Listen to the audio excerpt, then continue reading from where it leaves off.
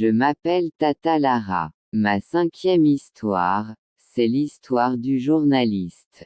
L'histoire du journaliste, c'est la 5e histoire des histoires de Tata Lara. Je suis journaliste.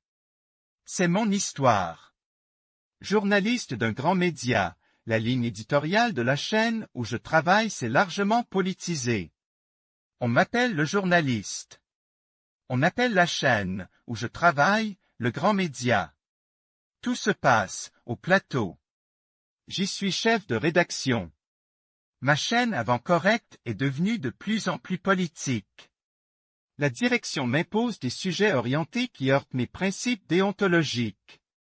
Mais, mon poste est très bien payé, garantit la stabilité financière de toute ma famille. La direction m'impose de diffuser en urgence un dossier compromettant contre un candidat. Sans vérification complète, alors que mon salaire finance l'opération vitale de ma femme. Au moment de vérifier discrètement les documents, je découvre un détail glaçant. Le candidat visé est mon père biologique, que je viens à peine de retrouver, après 30 ans d'absence. Pire encore. Je m'appelle Tata Lara. Je ne suis pas qu'animatrice. Également, je suis conseillère et mentor. En plus, je suis conceptrice et communicatrice. Dans ce genre d'histoire, mon premier conseil c'est ne sacrifie jamais ta conscience pour un salaire. L'argent se remplace, la crédibilité jamais.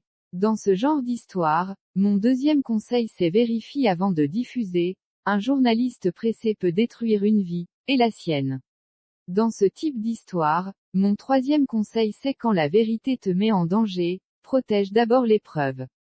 Sépare l'émotion du devoir, mais ne trahis ni l'un ni l'autre.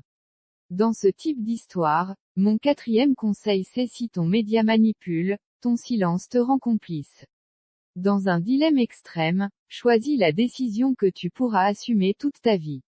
Si tu vis une histoire similaire, mon 5e conseil à retenir c'est qu'un poste se perd en un jour, une réputation se perd en une seconde. Cherche un allié discret, les grandes tempêtes se traversent rarement seules. La vérité ne détruit pas les familles, ce sont les mensonges qui les brisent. Si tu vis une histoire similaire, mon 6e et dernier conseil à prendre en compte c'est qu'un vrai leader éditorial protège l'éthique, même contre sa propre direction.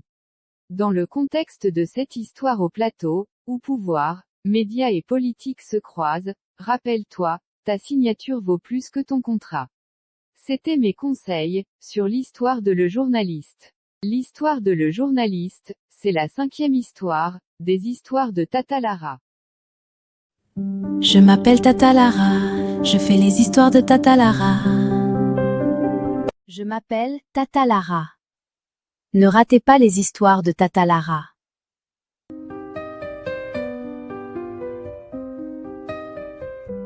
Je m'appelle Tata Lara, je fais les histoires de Tata Lara.